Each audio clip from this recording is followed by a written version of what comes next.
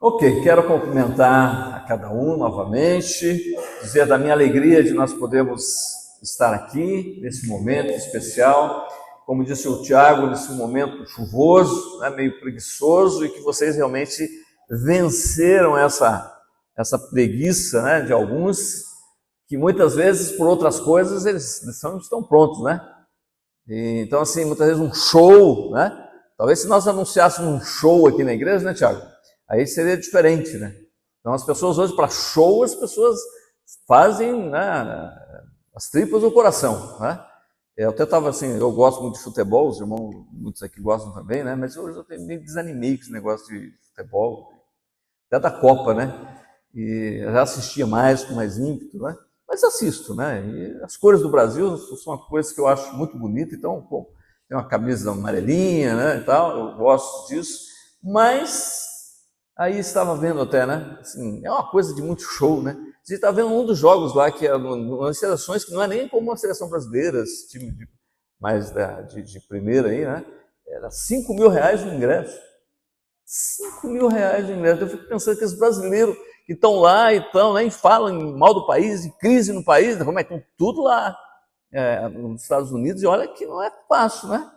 Mas assim, show. Então do show as pessoas fazem o triplo coração, né? De repente gasta, né? Como o Corinthians, quando foi jogar lá no Tóquio, alguns venderam até a casa, né? Para poder ir lá naquele jogo. Quer dizer, é o show. Tá? Mas louvado seja Deus por você, que não está buscando o show, mas está buscando a presença de Deus, a presença do Espírito.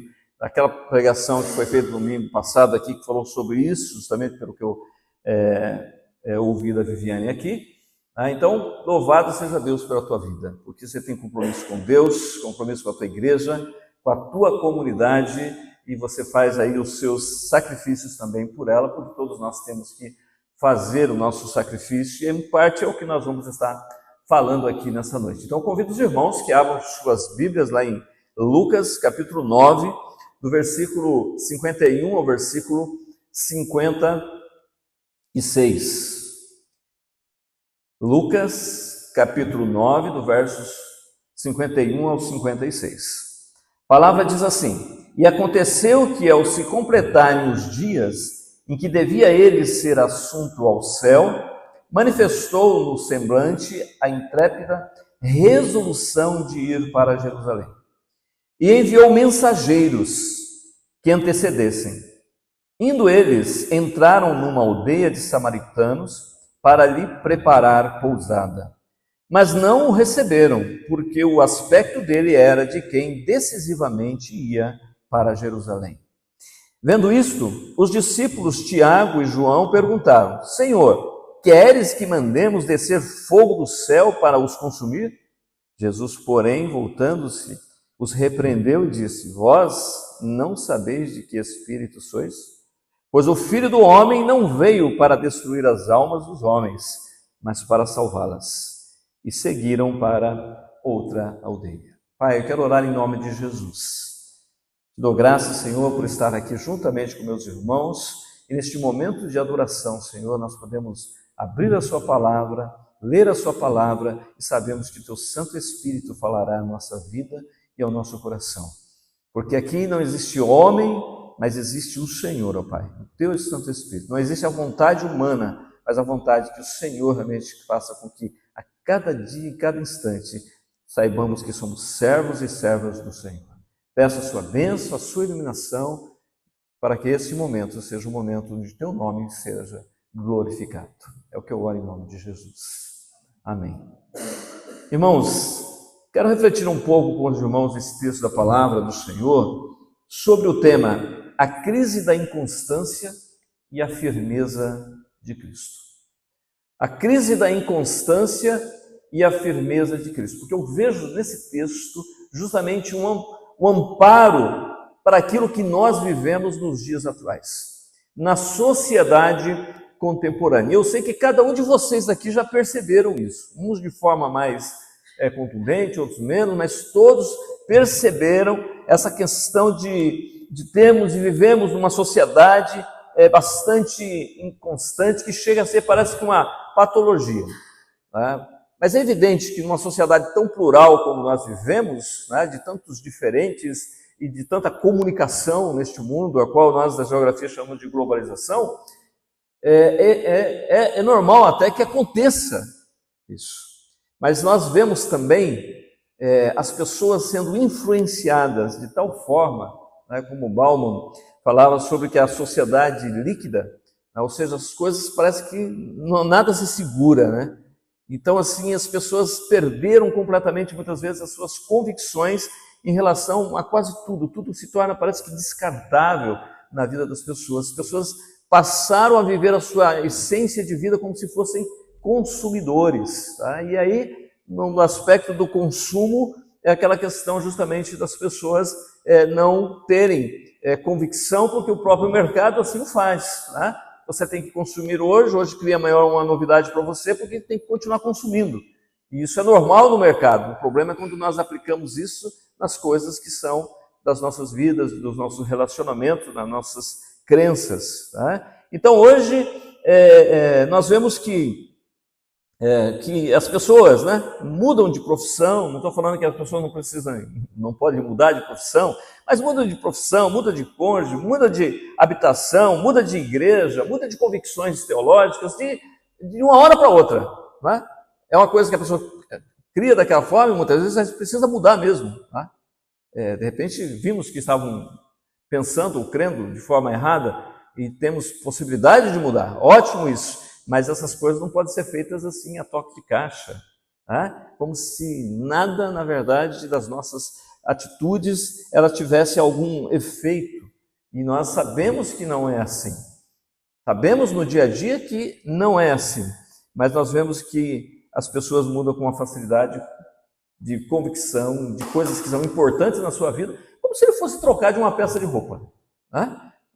Hoje quero, hoje amanhã não quero mais, e as pessoas assim muitas vezes se conduzem. Em contrapartida, o texto que nós acabamos de ler, nesse cenário que vivemos de fragmentação e de futilidade, o texto de Lucas nos mostra a perfeita e inabalável certeza da caminhada de Jesus. Jesus tinha ali plena convicção, firmeza naquilo que era para a sua vida. O Evangelho nos diz que, aproximando-se o tempo de ser elevado ao céu, Jesus partiu resolutamente em direção a Jerusalém. Enquanto nós vemos no mundo dessas convicções frágeis, as pessoas, na verdade, se perdendo, né, nas suas incertezas, nós vemos Jesus apresentando que o Filho de Deus tinha plena certeza da sua missão. Plena certeza da sua caminhada. E ele caminhava aqui em direção a isso. João Calvino, olhando para esse contexto, ele dizia que o Filho de Deus não foi arrastado para o altar do sacrifício por forças que que escapavam ao seu controle. Ele governou o tempo todo. As circunstâncias e o seu próprio coração caminhando voluntariamente para a morte, e que nela nós pudéssemos ser vivificados. Jesus foi voluntariamente, porque ele sabia da sua missão. Ele tinha convicção da sua missão.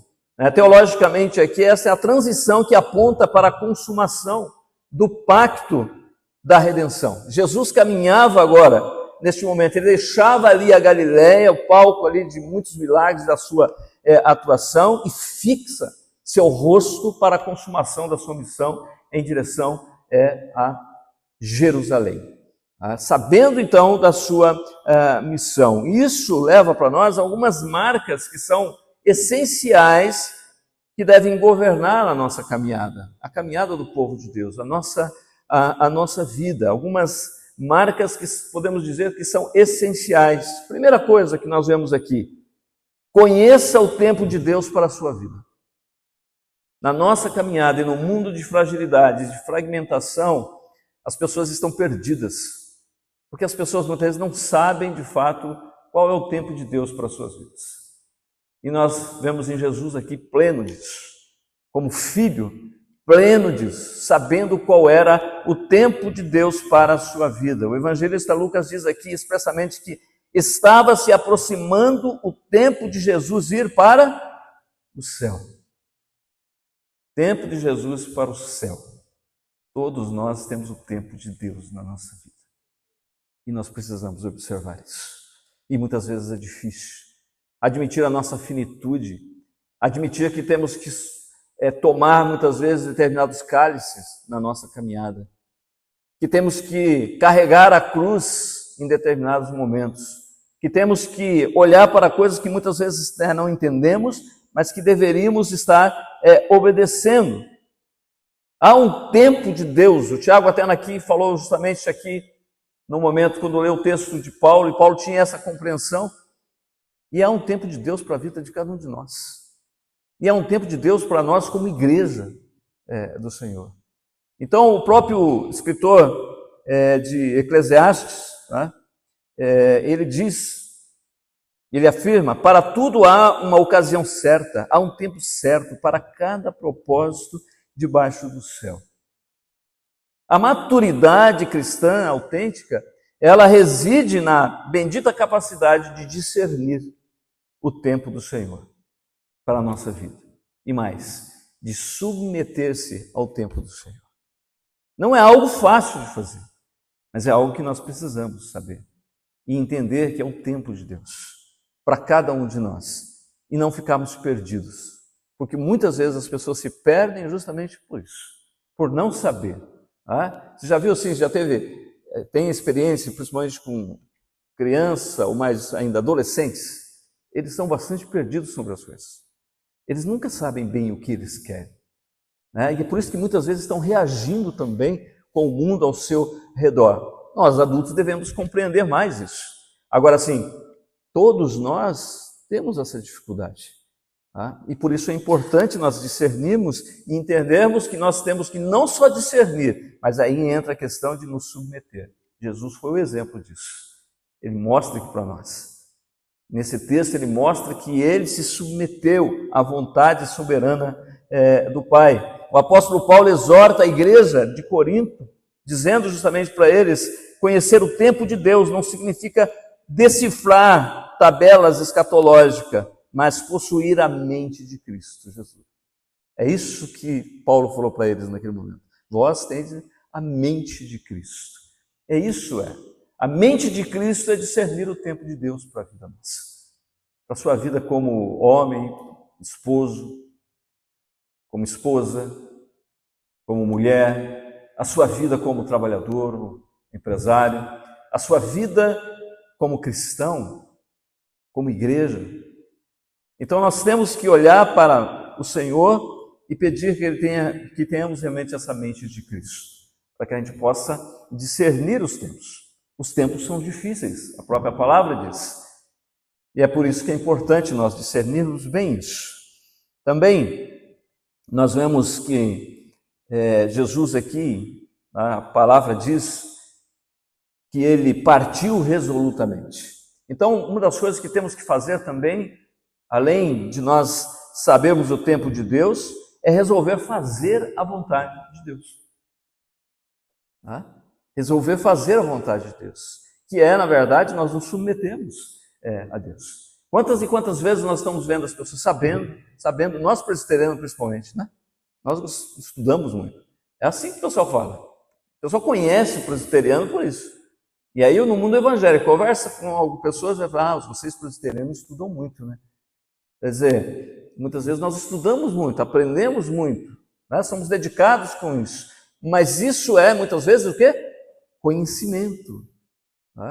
Conhecimento é o caso que nós adquirimos, mas sabedoria é aquilo que nós fazemos com o conhecimento que nos foi dado, o que nós adquirimos.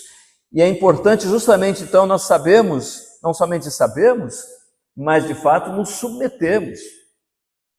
Partiu resolutamente. Alguns dizem que a visão aqui, no contexto aqui, ali judeus, né, e também nós usamos muitas vezes isso, que fala, na verdade, assim, a grosso modo, ele firmou o rosto.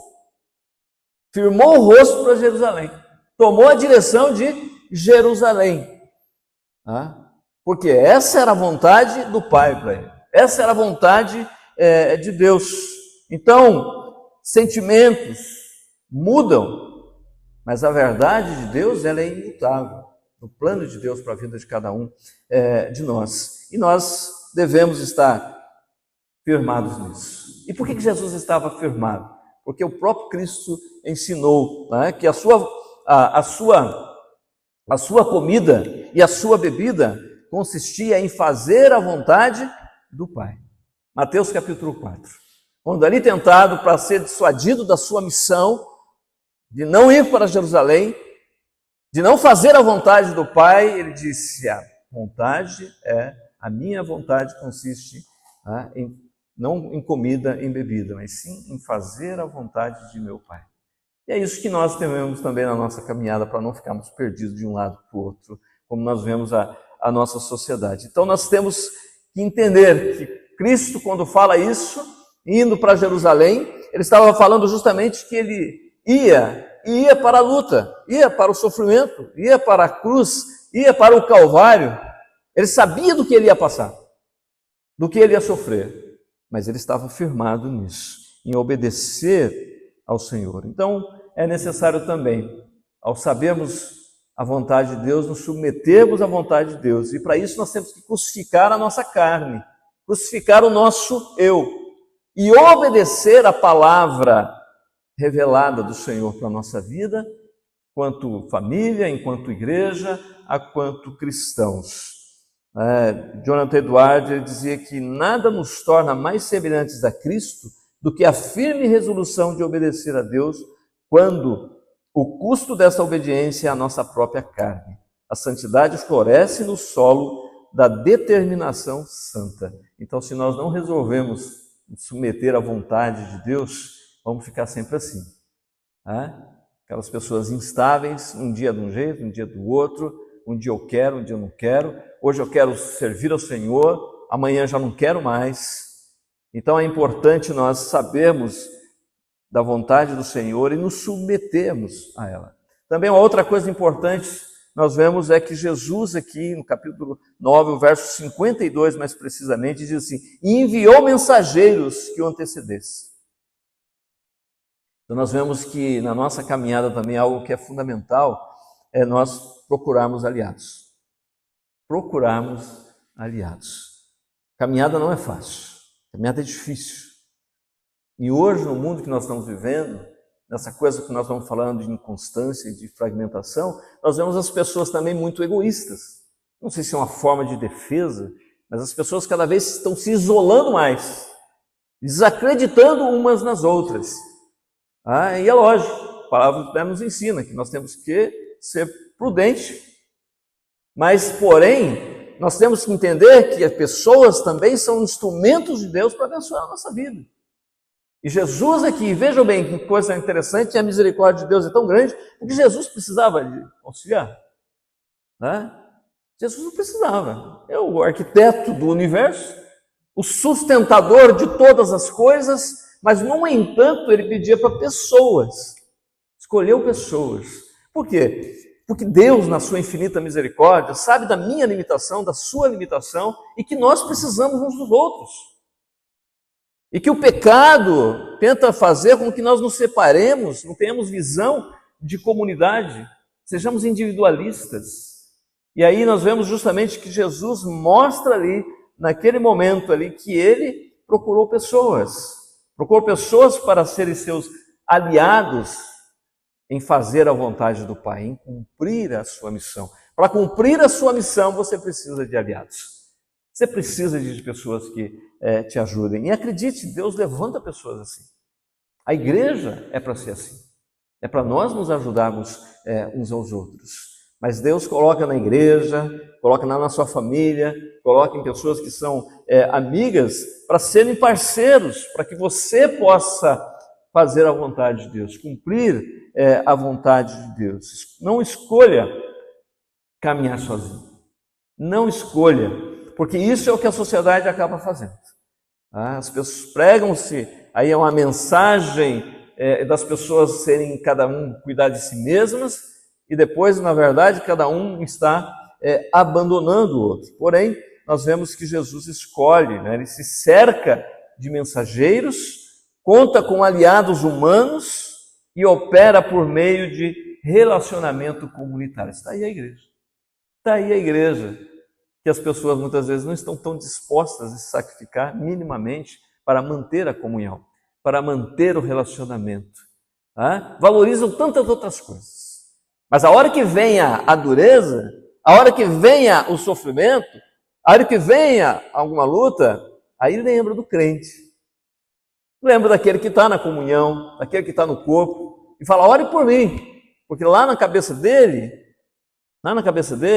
ele sabe que ele não está em comunhão. Lá no íntimo dele, ele sabe que ele não está em comunhão. E aí ele acredita que o outro orando vai ser melhor para ele. Ele está vivendo na base do interesse ainda, não é a graça. Mas, de qualquer forma, isso demonstra, na verdade, para nós, irmãos, que nós precisamos uns dos outros. E que nós devemos nos cercar de pessoas, sim, que querem o nosso bem, pessoas que vão contribuir para que haja crescimento e maturidade na nossa vida, e maturidade espiritual. Então, é insensato e pecaminosa e soberba daqueles que julgam que podem viver a vida isolados. A igreja de Cristo foi criada justamente para que nós não vivamos isolados. Saibamos que precisamos uns dos outros. A própria palavra do Senhor também nos ensina lá em Eclesiastes, novamente citando, né, que melhor é serem dois do que um, porque se um cair, o outro levanta o seu companheiro. Mas ai do que estiver só, pois caindo não haverá outro que o levante. Tá? Preste atenção nisso. Olha quem está caminhando com você. Olha quais são os aliados que você está buscando na sua vida. Não vai querer viver uma vida de autossuficiência como o mundo tem colocado. Tá? Essa falta de inconstância das pessoas, de uns não poderem contar com o outro, tem criado justamente também essa animosidade em relação às pessoas. Mas é importante que nós estejamos firmados, né, e saber que nós precisamos sim de aliados. Esteja preparado também diante disso, preparado para as contrariedades. Né? Nessa caminhada de Jesus aqui, demonstra a questão de contrariedade. Qual a contrariedade que nós vemos aqui que estava acontecendo ali? Tá? Nós vemos que, versículo 53, mas não o receberam, porque o aspecto dele era de quem decisivamente ia para Jerusalém. Então ali os samaritanos, na querela deles com os judeus, quando ficaram sabendo que ele era judeu, que ele ia para Jerusalém, já não quiseram nem recebê-lo. Tá? Então o povo não o recebeu porque via que ele iria para Jerusalém. Então essa rivalidade ali histórica e teológica entre judeus e samaritanos ergueu ali um muro de hostilidade para o Senhor Jesus, para a missão do Salvador. Tá? Então, diante dessa situação, tá? Nós vemos Tiago e João, os filhos do trovão, tá? Naquele momento dizendo, Senhor, queres que mandemos descer fogo do céu para destruí-los? Então, assim, diante das contrariedades que você vai ter para fazer a vontade de Deus, esteja certo disso. Diante dessas contrariedades, não podemos agir da mesma forma que o mundo age. Não podemos agir com as mesmas armas do adversário, do inimigo nesse aspecto. Tá? Porque quantas vezes nós queremos fazer assim? Nós queremos ser como os filhos do trovão. Dá vontade de fazer isso. Diante de uma sociedade fragmentada, de valores sendo corrompidos a cada dia, tem hora que nós olhamos para aquela desordem, e aí a tendência nossa é querer ter uma ordem lógica e a gente quer agir, e muitas vezes quando algo de desordem encontra você, você quer fazer igual eles aqui naquele momento, quer reagir diante daquilo. E a gente sabe que no dia a dia a luta é muito grande. Tá? Aqui nós estamos bem, graças a Deus, maravilhoso aqui. E eu me realizo neste momento, como o Eugênio Peterson diz, né? ir para a igreja no domingo, dizia, né? É uma realização. As pessoas me ouvem, eu as ouço. No momento da ceia nós comemos, bebemos. Agora, na segunda-feira, os outros dias da semana, ser cristão não é fácil. Hoje, por exemplo, eu que estou na área da educação, vejo assim, momentos eu peço ao Senhor, Senhor, me dê força para não ter o espírito de João e de Tiago. Eu vejo os militares, né, eles são diferentes, formação diferente, lideram, e agora estão aposentados e colocaram eles na educação. E eles ficam revoltados.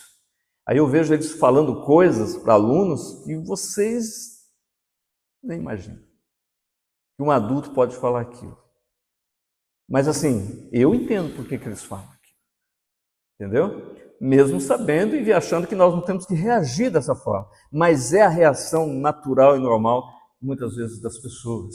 E isso eu e você, muitas vezes, não queremos fazer. Por isso que João, naquele momento, e Tiago, queria falar daquela forma. Queria agir daquela forma. Vamos destruir. Vamos fazer como eles estão querendo fazer. São adversários. E nem adversários, são inimigos. Hoje mesmo nós temos uma luta no país nesse sentido. Essa animosidade constante das pessoas. As pessoas já não conversam mais, não discutem mais. As pessoas simplesmente agridem umas às outras, constantemente.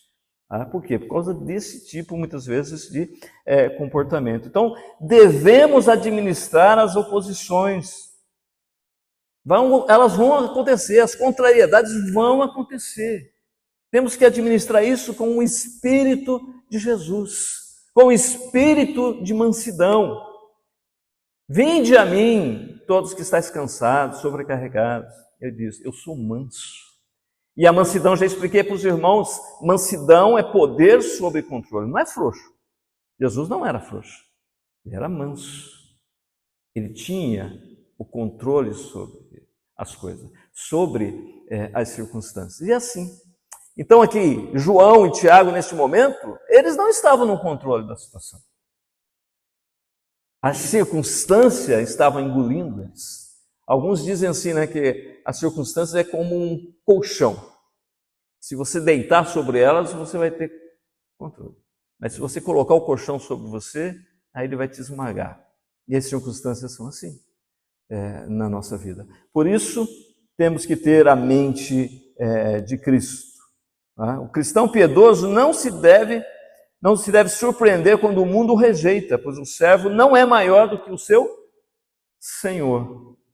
Se fizeram isso com Jesus, farão conosco. Se contrariedades aconteceu com Jesus, acontecerão conosco também. Mas o que nós temos que fazer, e aqui eu quero caminhar para nós concluirmos, temos que fazer o quê? Manter o foco. O nosso foco tem que ser inabalável, como Jesus fez aqui. O foco de Jesus era inabalável. E diante dessa resposta belicosa de João e de Tiago, Jesus disse para eles assim, vós não sabeis de que espírito sois? Vós não sabeis de que espírito sois? É isso que nós temos que aprender diante da situação que nós vamos viver, diante de fazer a vontade de Deus na nossa vida. É saber de que espírito somos. Não podemos esquecer em momento algum que nós somos do Espírito de Cristo. E Jesus disse assim, pois o Filho do Homem não veio para destruir as vidas dos homens, mas para salvá-las. Então, irmãos, saber de que espírito sois é saber que nós somos filhos de Deus. Sabemos que nós somos de Deus. E que diante de tudo que nós vamos passar na nossa vida e na nossa caminhada, na missão que temos que cumprir, Deus será conosco. Jesus será conosco. O Pai estava com Jesus. Ele diz, eu me submeto ao Pai, o Pai sempre está comigo. E ele disse para nós, e eu estarei convosco todos os dias. Então isso é muito bom. Sabemos que Deus nos escolheu e que Ele está conosco para cumprir a nossa missão, para ajudar a nós a carregar a cruz. Mas também é muito importante nós entendermos a nossa missão quanto igreja. A nossa missão quanto cristão. Qual é o nosso espírito? O nosso espírito é o espírito de salvar as pessoas, de ajudar as pessoas. Eu sei que muitas vezes a luta é grande, mas nosso espírito é de salvar, não destruir as pessoas. Então qualquer evangelho que você vê aí de espírito que quer destruir as pessoas, porque as pessoas não acreditam de forma com que ela acredita, esse não é o evangelho de Cristo. Viu? Não é o evangelho de Cristo. Pode ser pastor falando, e tem muitos pastores, infelizmente, falando esse tipo de coisa, mas não é o evangelho de Cristo. O evangelho de Cristo não está nesse pastor, não está nessa pessoa, está longe dessa pessoa.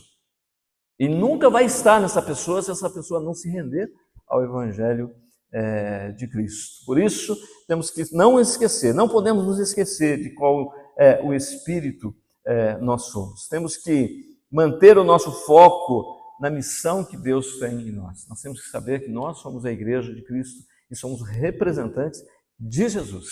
Por isso, olha, lembre, na hora da tua luta, da tua dificuldade, do teu problema, e terá problema com pessoas, neste momento, você tem a mesma convicção de Cristo.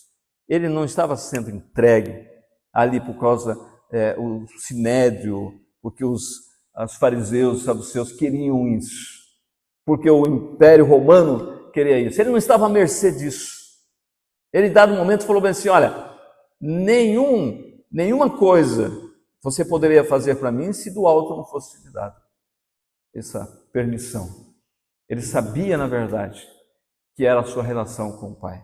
E é isso que nós temos que saber, acima de tudo, que Deus que está conosco. Então, se o rumo de nossa caminhada for traçado pelo Deus Trino, não podemos nos desviar nem para a esquerda e nem para a direita, por conta, muitas vezes, de picuinhas, perseguições, incompreensões. Nosso foco deve estar na glória de Deus sempre. E lembrarmos que Deus vai nos fortalecer para nós estarmos cumprindo a nossa caminhada. Então, o que nós aprendemos aqui com essa passagem da ação de Jesus, do trabalho e da missão de Jesus? Aprendemos que o nosso bendito Salvador faz com que nós possamos discernir o tempo de Deus para a nossa vida.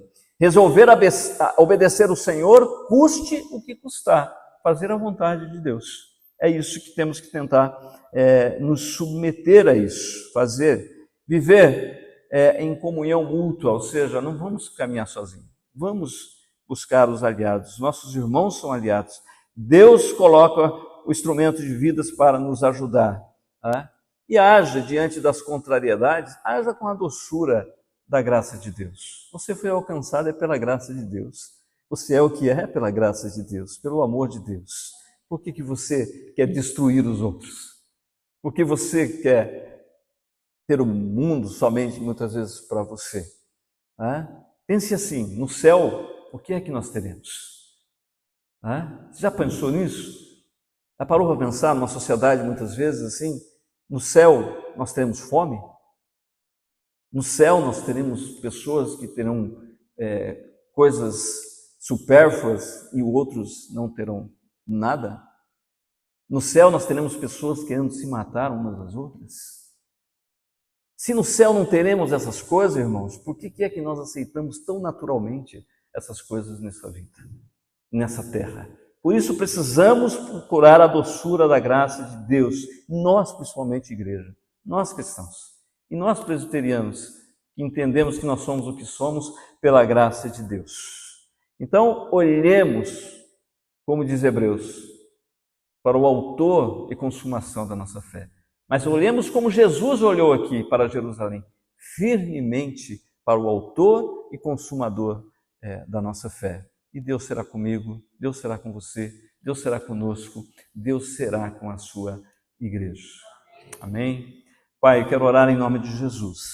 Te agradeço, Senhor, por este momento e pela vida dos irmãos que aqui estão, e por essa palavra também que nos ensina em que meio a tanta luta que muitas vezes passamos, como o Senhor o passou, assim também, ó Pai, nós aprendemos que devemos discernir o tempo do Senhor para a nossa vida, Senhor.